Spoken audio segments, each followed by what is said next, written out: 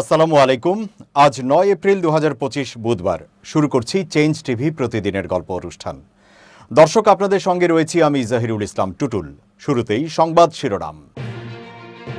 কাঁদলেন doctor Mohammad Yunus. দুদকে গোপন অভিযোগ দাখিল করলেন সার্জিস হাসনাত। আদালতে জ্যাকবের সঙ্গে খোশ গল্প করলেন শমী কায়সার। এবার বিস্তারিত। ১৯৭৪ সালের দুর্ভিক্ষের কথা বলতে গিয়ে কাঁদলেন অন্তর্বর্তী সরকারের প্রধান উপদেষ্টা অধ্যাপক ডক্টর মোহাম্মদ ইউনূস। বুধবার রাজধানীর হোটেল ইন্টারকন্টিনেন্টালে বাংলাদেশ বিনিয়োগ সম্মেলন ২০২৫-এর উদ্বোধনী অনুষ্ঠানে প্রধান অতিথির বক্তব্য দেওয়ার সময় তিনি কেঁদে ফেলেন। বক্তব্যের এক পর্যায়ে ১৯৭১ সালের স্বাধীনতা যুদ্ধের কথা বলতে গিয়ে আবেগ আপ্লুত হয়ে পড়েন প্রধান উপদেষ্টা ডক্টর মোহাম্মদ ইউনূস। এ সময় তিনি কিছু সময়ের জন্য চুপ হয়ে থাকেন। এরপর ১৯৭৪ সালের দুর্ভিক্ষের কথা বলতে গিয়ে তিনি কেঁদে ফেলেন। প্রধান অতিথির বক্তব্যে প্রধান উপদেষ্টা বলেন, বাংলাদেশের কাছে বিশ্বকে বদলে দেওয়ার মতো দুর্দান্ত সব আইডিয়া আছে।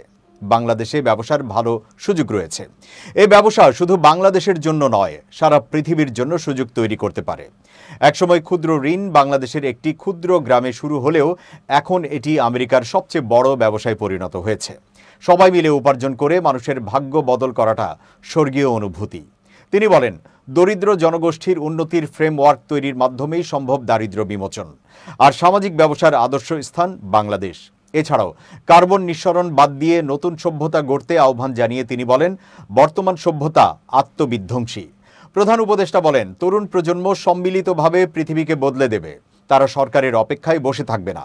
সেই নতুন বিশ্ব গড়তে এখন থেকেই উদ্যোগ নিতে হবে। বাংলাদেশে ব্যবসা করা শুধু এদেশেই বিনিয়োগ নয়, বরং এর অর্থ বিশ্বব্যাপী সামাজিক ব্যবসার অংশ হওয়া। এর আগে সকাল ১০টার দিকে ডক্টর ইউনূস বিনিয়োগ সম্মেলনের অনুষ্ঠানে যোগ দেন। বিনিয়োগে অবদান রাখার জন্য ৪টি ক্যাটাগরিতে বিভিন্ন প্রতিষ্ঠানকে অ্যাওয়ার্ড তুলে দেন প্রধান উপদেষ্টা। ইনোভেশন ক্যাটাগরিতে ফেব্রিক লাগবে লিমিটেড, ইএসজি ক্যাটাগরিতে ওয়ালটন, ফরেন ইনভেস্টমেন্ট ক্যাটাগরিতে বিকাশ এবং লোকাল ক্যাটাগরিতে স্কয়ার ফার্মাসিউটিক্যালস অ্যাওয়ার্ড পেয়েছে। অতি গোপনীয় অভিযোগ নিয়ে দুর্নীতি দমন কমিশন দুদক চেয়ারম্যানের সঙ্গে সাক্ষাৎ করেছেন এনসিপির উত্তর ও দক্ষিণ অঞ্চলের মুখ্য সংগঠক হাসনাত আবদুল্লাহ ও সার্জিস আলম। বুধবার দুপুর ২:৩০টার দিকে দুদক থেকে বের হয়ে তারা কথা বলেন। গণমাধ্যম কর্মীদের হাসনাত আবদুল্লাহ বলেন, আমরা কিছু অভিযোগ নিয়ে দুর্নীতি দমন কমিশনে এসেছি। আমাদের অভিযোগগুলো আমরা লিখিতভাবে জানিয়েছি। অভিযোগের বিষয় জানতে চাইলে তিনি বলেন, এটা অতি গোপনীয়। অভিযোগ কাদের বিরুদ্ধে, দুর্নীতি দমন কমিশন নাকি কোনো ব্যক্তি বা প্রতিষ্ঠান, এমন প্রশ্নের সরাসরি জবাব না দিয়ে হাসনাত বলেন, এটা ভেরি কনফিডেন্সিয়াল। এখন কনফিডেন্সিয়াল বিষয় বলে দিলে তো আর কনফিডেন্সিয়াল থাকলো না। তাছাড়া অপরাধীরা তখন সতর্ক হয়ে যাবে। সাংবাদিকদের প্রশ্নের জবাবে সার্জিস আলম বলেন, অতীতে দুদককে ব্যবহার করে অনেকে সাম্রাজ্য গড়ে তুলেছে। অনেক সাধারণ মানুষকে আবার বিনা অপরাধে হয়রানি করা হয়েছে। এখন আমরা সেটি প্রত্যাশা করি না। আমাদের কিছু অভিযোগ ছিল, সেটি আমরা লিখিতভাবে জানিয়েছি। সেটি জানাতেই আমরা এখানে এসেছি। রাজধানী ঢাকার উত্তরা পূর্ব থানার হত্যা মামলায় অভিনেত্রী শমী কায়সারকে গ্রেপ্তার দেখিয়েছেন আদালত। বুধবার আওয়ামী লীগের সাবেক মন্ত্রী, এমপি, অভিনেত্রী সহ বিভিন্ন নেতাকর্মীকে কারাগার থেকে আদালতে হাজির করা হয়। এ সময় সাবেক এমপি আব্দুল্লাহ আল ইসলাম জ্যাকবের সঙ্গে কাঠগড়ায় জমিয়ে আড্ডা দিতে দেখা যায় শমী কায়সারকে। বুধবার Dhaka metropolitan magistrate GM Farhan ইশতিয়াকের আদালতে তাদের হাজির করা হয়। মামলার শুনানির পুরোটা সময় জ্যাকব ও শমী কায়সার আড্ডায় গল্পে পার করেন। এদিকে শুনানি শেষে উত্তরার আজমপুরের টঙ্গী সরকারি কলেজের শিক্ষার্থী জুবাইর হাসান ইউসুফ হত্যা চেষ্টা মামলায় শমী কায়সারকে গ্রেপ্তার দেখানোর আবেদন মঞ্জুর করেছেন আদালত। গত ৫ নভেম্বর রাতে রাজধানীর উত্তরা থেকে শমী কায়সারকে গ্রেপ্তার করে পুলিশ। এরপর থেকে তিনি কারাগারে রয়েছেন। গত ১৪ October Magura chief judicial magistrate আদালতে বিএনপির প্রতিষ্ঠাতা ও সাবেক রাষ্ট্রপতি জিয়াউর রহমানকে নিয়ে বিভিন্ন সময় কটূক্তি করার অভিযোগে অভিনেত্রী শমী কায়সারের নামে ১০০ কোটি টাকার মানহানির মামলা হয়। গত বছরের ৫ আগস্ট ছাত্র বিক্ষোভ ও গণ অভ্যুত্থানের মুখে আওয়ামী সরকারের পতনের পর ১৪ আগস্ট দেশের ই কমার্স প্রতিষ্ঠানগুলোর সংগঠন e commerce association of Bangladesh e-CAB সভাপতির পদ থেকে পদত্যাগ করেন শমী কায়সার। অভিনেত্রী এবং প্রযোজক শমী কায়সার ৯০-এর দশকের নামকরা অভিনেত্রী। ১৯৭০ সালে জন্মগ্রহণ করেন শমী। তার বাবার নাম শহীদুল্লাহ কায়সার ও মাতার নাম পান্না কায়সার। তার মা পান্না একজন লেখিকা এবং সাবেক সংসদ সদস্য। সাবেক রাষ্ট্রপতি একিউএম বদরুদ্দোজা চৌধুরীর স্ত্রী মায়া পান্নার বোন। সে হিসাবে শমী কায়সার এবং রাজনীতিবিদ মাহি বি চৌধুরী খালাতো ভাই বোন। জাতীয় নাগরিক পার্টির জ্যেষ্ঠ যুগ্ম সদস্য সচিব ডক্টর তাসনিম জারার প্রশংসা করে ফেসবুকে পোস্ট করেছেন প্রধান উপদেষ্টার প্রেস সচিব শফিকুল আলম। বুধবার দুপুর 1টার দিকে নিজের ভেরিফাইড ফেসবুকে দুটি ছবি দেন তিনি। পোস্টে শফিকুল আলম লেখেন, অনুপ্রেরণামূলক তরুণ নেত্রী তাসনিম জারার সঙ্গে। ডক্টর তাসনিম জারা ঢাকা জেলায় 1995 সালে জন্মগ্রহণ করেন এবং তিনি ঢাকায় বেড়ে উঠেছেন। তিনি ভিকারুন্নিসা নূন স্কুল অ্যান্ড কলেজ থেকে এইচএসসি পাশ করেন। তারপর তিনি ঢাকা মেডিকেল কলেজ এবং অক্সফোর্ড বিশ্ববিদ্যালয় থেকে এমবিবিএস সম্পন্ন করেন। জারা যুক্তরাজ্যের কেমব্রিজের একজন চিকিৎসক ও সহায় হেলথের সহপ্রতিষ্ঠাতা। তিনি বাংলাদেশের শীর্ষ মেডিকেল শিক্ষা প্রতিষ্ঠান ঢাকা মেডিকেল কলেজ থেকে এমবিবিএস ডিগ্রি সম্পন্ন করেন। পরবর্তীতে উচ্চতর পড়াশোনা করতে অক্সফোর্ড বিশ্ববিদ্যালয়ে যান এবং সেখান থেকে সর্বোচ্চ ফলাফল অর্জন করে ডিগ্রি সম্পন্ন করেন। এছাড়া তাসনিম যুক্তরাজ্যের রয়্যাল কলেজ অব অবস্টেট্রিশিয়ান এবং গাইনোকোলজিস্ট থেকে DRCOG ডিগ্রি অর্জন করেছেন। এটি নারীদের স্বাস্থ্য সম্পর্কে গভীর জ্ঞানের স্বীকৃতি স্বরূপ দেওয়া হয়। ভ্যাকসিন নিয়ে সচেতনতায় অসামান্য অবদান রাখায় যুক্তরাজ্য সরকার তাসনিম জারাকে ভ্যাকসিন লুমিনারি নামক বিশেষ সম্মাননা প্রদান করেন। তার কাজ নিয়ে BBC, Times, Sky News, Yahoo ও দ্য ফিনান্সিয়াল টাইমসের মতো আন্তর্জাতিক মিডিয়া সংবাদ প্রচার করেন। তিনি 2024 সালে বিশ্ব স্বাস্থ্য সংস্থার ফাইডি হিসেবে স্বীকৃতি লাভ করেন। তাসনিম জারা বর্তমানে বিশ্বখ্যাত কেমব্রিজ বিশ্ববিদ্যালয় হাসপাতালে ইন্টারনাল মেডিসিনে বিশেষজ্ঞ ডাক্তার হিসেবে কাজ করছেন এবং কেমব্রিজ বিশ্ববিদ্যালয়ের সিনিয়র ক্লিনিক্যাল সুপারভাইজার হিসেবে মেডিকেল শিক্ষার্থীদের পড়ান। তিনি যুক্তরাজ্যের হায়ার এডুকেশন একাডেমির একজন সহযোগী ফেলো। তার গবেষণাপত্র ইউরোপ ও আমেরিকার বিখ্যাত জার্নালগুলোতে প্রকাশিত হয়েছে। এছাড়াও তিনি সাজেদা ফাউন্ডেশনের ইনস্টিটিউশনাল রিভিউ বোর্ডের একজন সদস্য। ডক্টর তাসনিম জারা সহজ বাংলায় ভিডিও তৈরির মাধ্যমে মানুষকে স্বাস্থ্য সচেতন করে তুলতে নিরলসভাবে কাজ করে যাচ্ছেন। বিশ্বব্যাপী কোটি কোটি মানুষ নিয়মিত তার স্বাস্থ্য সম্পর্কিত ভিডিওগুলো দেখেন। এ পর্যন্ত তার ভিডিওগুলো 1 বিলিয়ন মিনিটেরও বেশি সময় ধরে দেখা হয়েছে এবং সোশ্যাল মিডিয়ায় তাকে 1 কোটিরও বেশি মানুষ ফলো করেন।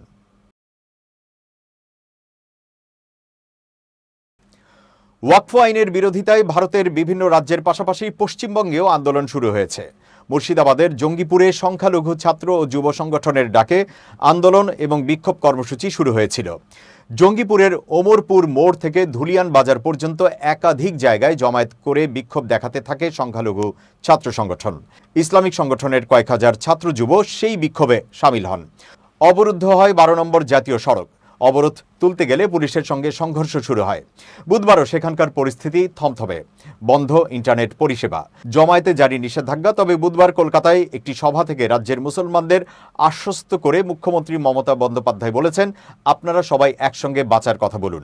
কেউ কেউ রাজনৈতিক প্ররোচনা দেয়, আমি বলছি দিদি আছে, দিদি আপনাদের রক্ষা করবে, আপনাদের সম্পত্তি রক্ষা করবে, কেউ উস্কানিতে পা দেবেন না। তিনি আরও বলেছেন, আমি জানি ওয়াকফ সম্পত্তি নিয়ে সংখ্যালঘুদের মনে একটা দুঃখ আছে, আপনারা ভরসা রাখুন, বাংলায় এমন কিছু হবে না যাতে বিভাজন হয়। সবাইকে একসঙ্গে থেকে বাঁচতে হবে। জিও জিনে দো, অর্থাৎ বাঁচুন, বাঁচতে দিন। এদিকে পশ্চিমবঙ্গের জঙ্গিপুরের বিস্তীর্ণ অঞ্চলে চলছে পুলিশি টহলদারি। বুধবার সকাল থেকে থমথমে এলাকা। উদ্ভূত পরিস্থিতিতে আগামী 10 এপ্রিল পর্যন্ত বিভিন্ন এলাকায় 163 ধারা জারি থাকবে বলে জানিয়েছে প্রশাসন। বস্তুত সংশোধিত ওয়াকফ আইন প্রত্যাহারের দাবিতে উত্তপ্ত মুর্শিদাবাদের উপদ্রুত এলাকায় দ্রুত শান্তি ফেরাতে তৎপরতা তুঙ্গে। পুলিশের দাবি, পরিস্থিতি এখন নিয়ন্ত্রণে। অভিযোগ, মঙ্গলবার পুলিশকে লক্ষ্য করে ইট বৃষ্টি শুরু করে বিক্ষোভকারীরা। পুলিশের গাড়িতে আগুন ধরিয়ে দেওয়া হয়। পরিস্থিতি নিয়ন্ত্রণে আনতে লাঠি চালায় পুলিশ। নিক্ষেপ করা হয় কাঁদুনে গ্যাসের শেল। সংঘর্ষে দুপক্ষেরই বেশ কয়েকজন আহত হন। সিরাজগঞ্জ 3 রায়গঞ্জ তাড়াশ আসনের সাবেক সংসদ সদস্য ও ঢাকা শিশু হাসপাতালের সাবেক পরিচালক ডাক্তার আব্দুল আজিজকে বিস্ফোরক মামলায় পুনরায় গ্রেপ্তার দেখিয়ে কারাগারে পাঠানো হয়েছে। বুধবার দুপুর 12টার দিকে সিরাজগঞ্জের তাড়াশ থানায় দায়ের হওয়া বিস্ফোরক মামলায় গ্রেপ্তার দেখিয়ে তাকে আদালতে হাজির করা হয়। সিনিয়র জুডিশিয়াল ম্যাজিস্ট্রেট ও তাড়াশ আমলি আদালতের বিচারক ওমর ফারুক তার জামিন আবেদন নামঞ্জুর করে কারাগারে পাঠানোর নির্দেশ দেন। তাড়াশ থানার ভারপ্রাপ্ত কর্মকর্তা ওসি মোহাম্মদ জিয়াউর রহমান বলেন, তাড়াশ থানার বিস্ফোরক মামলায় সন্দেহজনক আসামি হিসেবে সাবেক এমপি আব্দুল আজিজকে আদালতে সোপর্দ করা হয়। বিজ্ঞ আদালত তাকে কারাগারে প্রেরণ করেছেন। এর আগে মঙ্গলবার রাত 8টায় ডাক্তার আব্দুল আজিজ হত্যা চেষ্টা ও বিস্ফোরক মামলায় জামিনে মুক্ত হন। কারামুক্তির পর তাকে জেলা কারাগার চত্বরে মারধর করে ছাত্র জনতা। ঘটনার পর রাতেই পুলিশ তাকে নিজেদের হেফাজতে নেয়। তখন সিরাজগঞ্জ সদর থানার ভারপ্রাপ্ত কর্মকর্তা ওসি হুমায়ুন কবির বলেন, সাবেক এমপিকে নিরাপত্তা নিরাপত্তার স্বার্থে থানায় রাখা হয়েছে। প্রসঙ্গত, সাবেক এমপি আব্দুল আজিজকে চলতি বছরের ৩ ফেব্রুয়ারি রাজধানীর কলাবাগান এলাকা থেকে গ্রেপ্তার করা হয়। এরপর থেকে তিনি কারাগারে ছিলেন। জামিনে মুক্তির ১৬ ঘণ্টা পর আবারও তাকে কারাগারে পাঠানো হলো। এবার খুব জরুরি ১ মিনিট জানাচ্ছেন ইউনেস্কো ক্লাব পুরস্কার বিজয়ী সাংবাদিক আমিরুল মোমিনিন মানিক। খুব জরুরি ১ মিনিটে প্রত্যেককে আমন্ত্রণ। প্রিয় বন্ধুরা, হাসি এই জীবনের জন্য চমৎকার একটা অনুষঙ্গ। আপনি অন্যকে কিছু দিতে পারুন বা না পারুন, কিন্তু হাসি মুখে যদি কথা বলতে পারেন তাহলে অবশ্যই অন্যের মনে ভালোবাসার অনুভূতি তৈরি হতে পারে। সেই জন্যে বিমর্ষ হয়ে না, মন খারাপ করে না, গোমরামুখ হয়ে না, আপনি অন্যের সঙ্গে যখন কথা বলবেন অবশ্যই হাসি মুখে, বিনয়ের সঙ্গে এবং অন্যকে গ্রহণ করার অনুভূতি নিয়ে কথা বলুন। তাহলে আর কিছু হোক বা না হোক, ওই মানুষটা আপনার কাছ থেকে প্রেরণা পাবে, ভালোবাসা পাবে, ভালো একটা অনুভূতি নিয়ে ফিরে যাবে। ভালো থাকুন সবাই, শুভেচ্ছা নিরন্তর। দর্শক, এবার দেশের বাইরের খবর। পরমাণু ইস্যুতে ইরানের সঙ্গে উত্তেজনা চলছে যুক্তরাষ্ট্রের। এমনকি পরমাণু চুক্তি না করলে দেশটিতে সরাসরি হামলার হুমকিও দিয়েছেন মার্কিন প্রেসিডেন্ট ডোনাল্ড ট্রাম্প। অন্যদিকে পরমাণু ইস্যুতে সরাসরি কোনো ধরনের আলোচনায় বসতেও অস্বীকার করেছিল তেহরান। তবে ইরান এখন তার সুর পরিবর্তন করেছে। পশ্চিম এশিয়ার এই দেশটি বলছে, যুক্তরাষ্ট্র সামরিক হুমকি দেওয়া বন্ধ করলে পারমাণবিক চুক্তিতে রাজি আছে তেহরান। এছাড়া ট্রাম্প সম্প্রতি ইরানের সঙ্গে সরাসরি আলোচনার কথা বললেও তেহরান এখনও পরোক্ষ আলোচনার কথাই বলছে। বুধবার এক প্রতিবেদনে এই তথ্য জানিয়েছে ব্রিটিশ সংবাদ মাধ্যম বিবিসি। ইরানের পররাষ্ট্রমন্ত্রী আব্বাস আরাঘচি বলেছেন, চুক্তি স্বাক্ষরের লক্ষ্যে আগামী শনিবার যুক্তরাষ্ট্রের সাথে নিজেদের পারমাণবিক কর্মসূচি নিয়ে আলোচনায় অংশ নিতে প্রস্তুত ইরান। তবে মার্কিন প্রেসিডেন্ট ডোনাল্ড ট্রাম্পকে প্রথমে একমত হতে হবে যে ইরানের বিরুদ্ধে কোনো সামরিক বিকল্প থাকতে পারে না। আরাঘচি আরও বলেছেন, ইরান কখনোই জোর জবরদস্তি মেনে নেবে না। তিনি জোর দিয়ে বলেন, ওমানে আসন্ন ওই আলোচনা হবে পরোক্ষ। গত সোমবার প্রেসিডেন্ট ট্রাম্পের ইরানের সঙ্গে প্রত্যক্ষ আলোচনা ঘোষণার বিপরীতে একথা জানান তিনি। প্রেসিডেন্ট ট্রাম্প তার প্রথম মেয়াদে ২০১৫ সালে ইরান এবং ৬ বিশ্বশক্তির মধ্যে সম্পাদিত পারমাণবিক চুক্তি থেকে আমেরিকাকে প্রত্যাহার করে নিয়েছিলেন। সম্প্রতি তিনি সতর্ক করে দিয়ে বলেছেন, আলোচনা সফল না হলে ইরান বড় বিপদে পড়বে।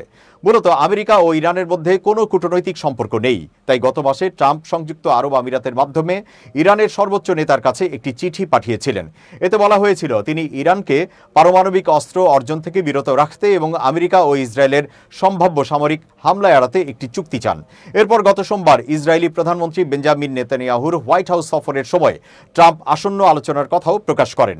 নেতানিয়াহু মঙ্গলবার বলেন, ইরানের পারমাণবিক অস্ত্র থাকবে না বলে উভয় নেতা সম্মত হয়েছেন। এছাড়া আলোচনা দীর্ঘায়িত হলে সামরিক বিকল্প থাকবে বলেও জানান তিনি। ইরান অবশ্য বরাবরই জোর দিয়ে বলেছে, তারা পারমাণবিক কার্যক্রম সম্পূর্ণ শান্তিপূর্ণ এবং তারা কখনো পারমাণবিক অস্ত্র তৈরি বা অর্জনের চেষ্টা করবে না।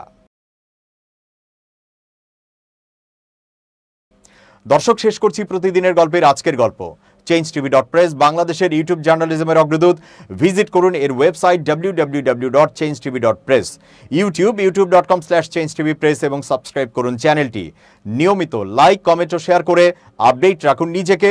ভালো থাকুন, নিরাপদে থাকুন, শুভেচ্ছা নিরন্তর। changetv.press, এক ফোঁটা হলুদও নেই।